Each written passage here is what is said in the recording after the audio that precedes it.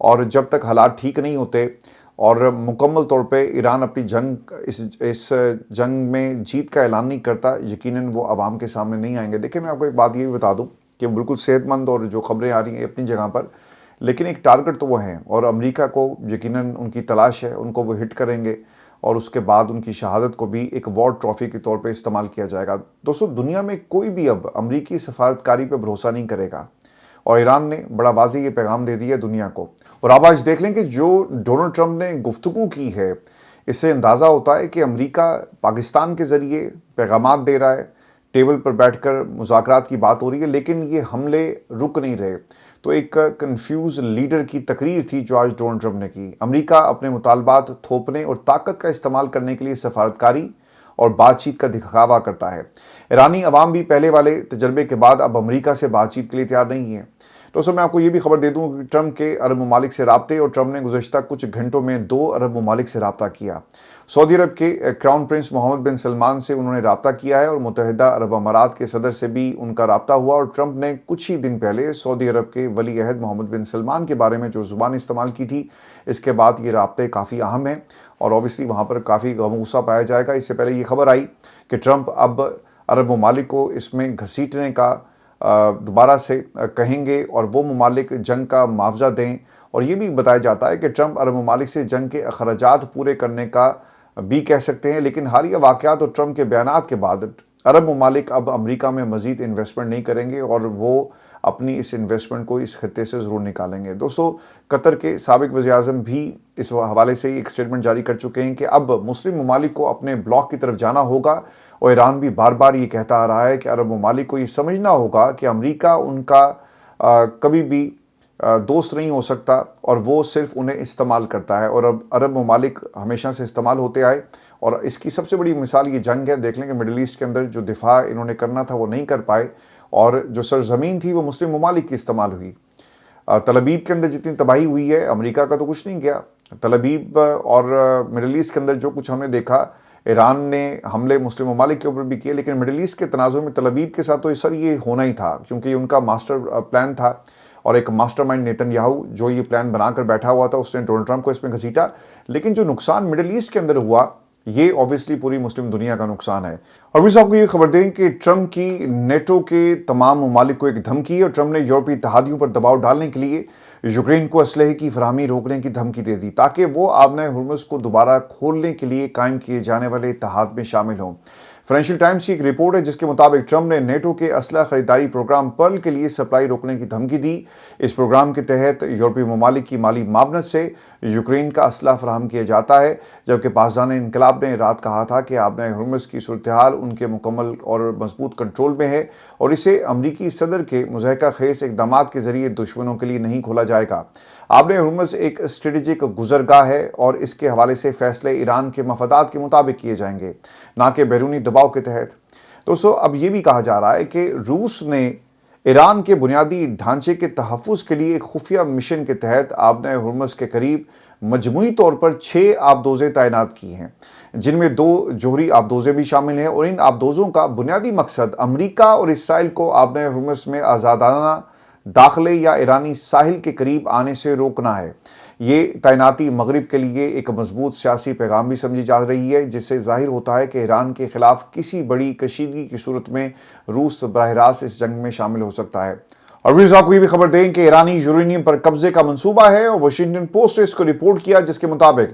Trump کی ہدایت پر ایک انتہائی خطرناک اور غیر معمولی فوجی منصوبہ تیار کیا گیا، جس کا مقصد ایران میں موجود اعلیٰ درجے کے افزودہ یورینیم کو قبضے میں لینا ہے۔ اس منصوبے کے تحت زمینی فوجی دستے ایران کے اندر داخل ہو کر زیر زمین تنصیبات تک پہنچیں گے، جہاں یہ مواد محفوظ ہے، اور اسے نکال کر ہوائی جہازوں کے ذریعے باہر منتقل کیا جائے گا۔ رپورٹ کے مطابق ایک نہایت پیچیدہ اور مشکل آپریشن ہوگا، جیسا کہ جنگ کے دوران اس نوعیت کی کارروائیاں پہلے کبھی نہیں کی گئی۔ اس کے لیے سینکڑوں یا ہزاروں فوجیوں، بھاری مشینری، انجینئرز اور ماہرین کی ضرورت ہوگی، جبکہ یہ تمام عمل دشمن کے علاقے کے اندر رہ کر ممکنہ حملوں کے خطرے میں انجام دیا جائے گا۔ اس کارروائی کے لیے پہلے ایرانی دفاعی نظام کو نشانہ بنا کر راستہ ہموار کیا جائے گا،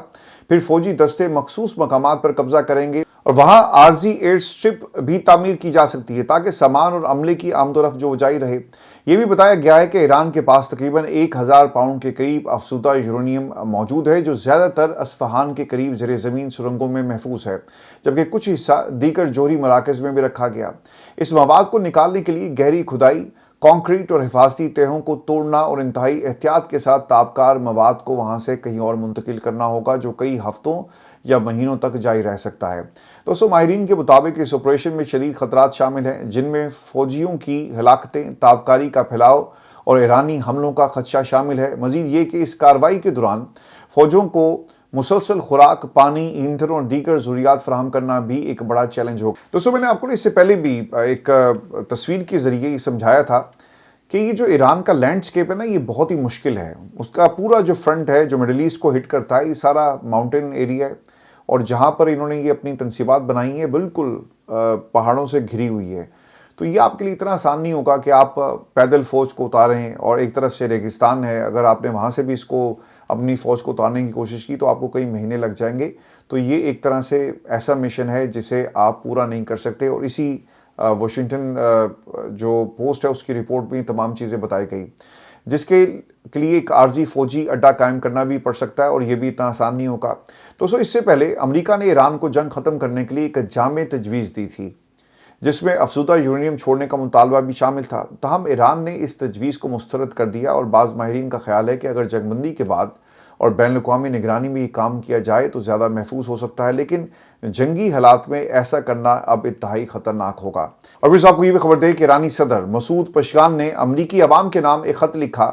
جس میں انہوں نے ایران کو خطرے کے طور پر پیش کرنے کی تاریخی حقائق کے منافی قرار دیا، اور کہا کہ موجودہ حقائق سے بھی ایران کو خطرے کے طور پر پیش کرنا مطابقت نہیں رکھتا۔ ایران کو خطرہ بنا کر پیش کرنا دراصل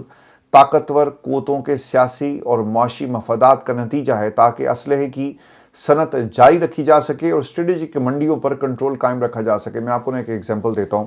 جب پاکستان کے اوپر حملہ ہوا نا، تو جتنے بھی پولیٹیکل آپ کے دھڑے تھے نا، وہ آپ کو ایک ہو کر لڑتے ہوئے نظر آئے۔ آج امریکہ کے اندر 65 سے 70 کے قریب عوام ڈونلڈ ٹرمپ کے خلاف ہے۔ جو سرویز ہو رہے ہیں وہ سرویز آپ کو یہ بتائیں گے کہ امریکی عوام یہ سمجھتی ہے کہ یہ ایران کی جنگ جو آپ نے ان کے اوپر مسلط کی، یہ امریکہ کی جنگ نہیں تھی، یہ نیتن یاہو کی جنگ تھی، اور ڈونلڈ ٹرمپ ایک بے وقوف انسان ہے جس نے اپنی جو پورا پولیٹیکل کریئر ہے اور ریپبلکنز کا خاص طور پہ پورا جو پولیٹیکل ڈھانچہ ہے اسے تباہ و برباد کر دیا، اور اب ان کے پلے کچھ نہیں۔ ایک غلط فیصلہ اور آپ کی پوری جماعت جو ہے وہ عوامی سطح پر اب مقبول نہیں رہی۔ تو ایران کے اندر یہ حالات نہیں ہیں۔ ایران کے اندر حالات یہ ہیں کہ عوام سڑکوں پر آ کر روز اپنی حکومت کے حق میں نعرے بلند کرتی ہے۔ امریکہ ایران کے اوپر حملہ کرتا ہے، اور یہ کیسا دیکھیں ملک بن گیا کہ اس کی عوام اپنے حکمرانوں کے ساتھ نہیں کھڑی، اور یہی آج کی حقیقت ہے۔ میں آپ کو دوستوں ایک خبر یہ بھی دے دوں بھارت کے حوالے سے، اور وہاں پر ایک توانائی کا ایک بہت بڑا بحران سر اٹھا رہا ہے، اور آپ نے ہرمز کی بندش کے بعد بھارتی جہازوں کے پھنس جانے سے بھارت میں توانائی کا بحران سنگین ہو گیا، اور بھارتی میڈیا کے مطابق ایندھن سپلائی سے وابستہ 10 غیر ملکی جبکہ LPG، خام تیل اور LNG سے لدے 18 بھارتی پرچم بردار جہاز خلیج فارس میں پھنس چکے ہیں۔ ایرانی حکام نے واضح کر دیا ہے کہ صرف برادر ممالک کے جہاز ایرانی حکام کے ساتھ ہم آہنگی کے بعد آپ نے ہرمز سے جو گزر سکتے ہیں۔ دیکھیں، آپ رشیا سے اب تیل لینا، رشیا نے ویسے 5 تاریخ کا ایک الٹیمیٹم دیا تھا، اور 5 تاریخ کے بعد آپ کو رشین آئل بھی نہیں ملے گا۔ اور پھر آپ کو یہ بھی خبر دیں کہ اب ایران ایک نئے نظام کو نافذ کرنے جا رہا ہے آب ہرمز کے اوپر، اور اس نئے نظام کا نام ہے ٹول بوتھ، اور تہران ٹول بوتھ کے نام سے اس کو لانچ کیا جائے گا، اور جسے عالمی بحری ماہرین جو ہیں وہ یہ سمجھتے ہیں کہ یہ ایک ایسا نظام ہوگا جس کا مکمل کنٹرول ایران کے پاس ہوگا، اور وہ طے کریں گے کہ ہم نے کتنا ٹول ان سے لینا ہے فی جہاز۔ اب بلومبرگ نے اس کو رپورٹ کیا، اور تفصیلات کے مطابق ایران نے آب ہرمز سے گزرنے والے تجارتی بحری جہازوں سے فی سفر $2 ملین تک وصول کرنا شروع کر دیا ہے، اور خبر یہ بھی آ رہی ہے جی کہ کم از کم 2 جہازوں نے یہ فیس چینی یوان پہ ادا کی، اور یہ فیس فی بیرل کارگو 50 سینٹ سے $1.20 تک طے کی جاتی ہے، اور چین کے بینک کے ذریعے ادائیگی اس وقت کی جا رہی ہے، جو روایتی طور پر ایران اور چین کے درمیان سوئفٹ سسٹم سے باہر لین دین جو ہے وہ کیا جاتا ہے۔ اب جہاز گزرنے کا طریقہ کار کیا ہے؟ جو جہاز گزرنا چاہتے ہیں انہیں IRGC سے منسلک درمیانی اداروں کو مکمل دستاویزات جمع کرانی ہوتی ہیں، جن میں جہاز کا IMO نمبر، کارگو تفصیل، منزل، عملے کی فہرست اور ملکیتی معلومات شامل ہوں گی۔ دستاویزات کی جانچ پڑتال کے بعد ایرانی پاسداران انقلاب کی بحری فورس جہاز کو اسکارٹ کرتے ہوئے آبنۂ ہرمز سے گزارتی ہے۔ تو اب آپ اس جہاز کو کیسے روکیں گے؟ دیکھیں، میں نے اس سے پہلے بھی بڑی تفصیل کے ساتھ اس پہ رپورٹ کیا تھا کہ یہ جو پٹی ہے نا آبنۂ ہرمز کی، تقریباً جب کوئی جہاز اس آبی گزرگاہ میں انٹر ہو جاتا ہے نا، تو یہ 7 سے 8 گھنٹے کسی بھی جہاز کو لگتے ہیں کہ اس کو کراس کر سکے یا اس پہ انٹر ہو۔ تو 7-8 گھنٹے کسی بھی جہاز کو تباہ کرنے کے لیے بہت ہوتے ہیں۔ دنیا کی بڑی سے بڑی فورس بھی اگر آ جائے گی نا، تو وہ ان جہازوں کو روک نہیں سکے گی۔ اور دوستو، آج کی جو ڈونلڈ ٹرمپ کی تقریر تھی، اس میں بڑا واضح اس نے کر دیا ہے کہ ہم ان کے اب باقی پلانٹس کے اوپر بھی ٹارگٹ کریں گے، مکمل طور پہ انفراسٹرکچر جو ہے ان کا تباہ کر دیا جائے گا۔ دوستو، جب میں یہ پروگرام ریکارڈ کر رہا ہوں، خبر یہ آ رہی ہے کہ اسرائیلی military said it detected Iranian missiles launches shortly after the US President Trump concluded his address, in which they claimed that the Irani military capabilities have been all but crushed۔ یہ ان کا باقاعدہ طور پہ کہنا ہے کہ ہم نے انٹرسیپٹ کیا اور پھر تمام ملٹری جو ان کی صلاحیت تھی اس کو ہم تباہ کر چکے ہیں۔ حالانکہ اس سے پہلے بھی انہوں نے بہت سارے ایسے دعوے کیے تھے، لیکن یہ دعوے کبھی بھی سچ ثابت نہیں ہوئے۔ یہ ایک طرح سے نفسیاتی جنگ ہے،